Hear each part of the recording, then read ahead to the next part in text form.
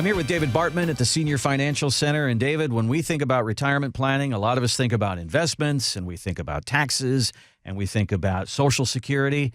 A lot of us don't think about long-term care. But the fact of the matter is many of us are going to need this, even though we don't think we might. That's correct. The stats are that, over 65, if you're still alive, basically 7 out of 10 people are going to need some sort of care. Wow, that's a big number. That's a big number. And so many of us look at the cost of this, and traditional long-term care insurance, a lot of that is even going away, isn't it?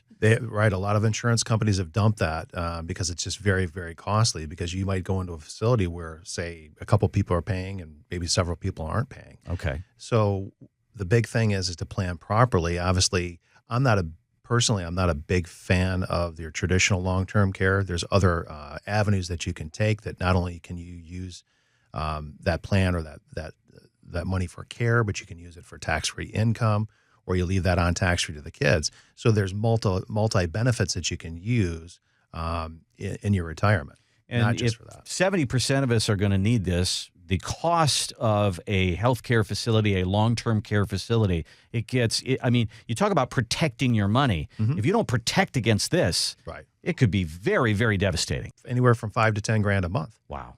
I mean, that's very expensive. That's huge. So one of the things that we want to do is sit down and have this conversation. And if we need this care, we want to make sure we're covered. But I bet a lot of people say, I'll roll the dice. And if I don't need it, or if I do need it, my family will take care of me. Well, and that's a big thing, right? People always say that. It sounds great. But the fact is that, your kids might have, kids themselves, they've got jobs. They have jobs. Exactly. They have jobs. You have to take them to football games or baseball games or cheerleading or whatever it may be.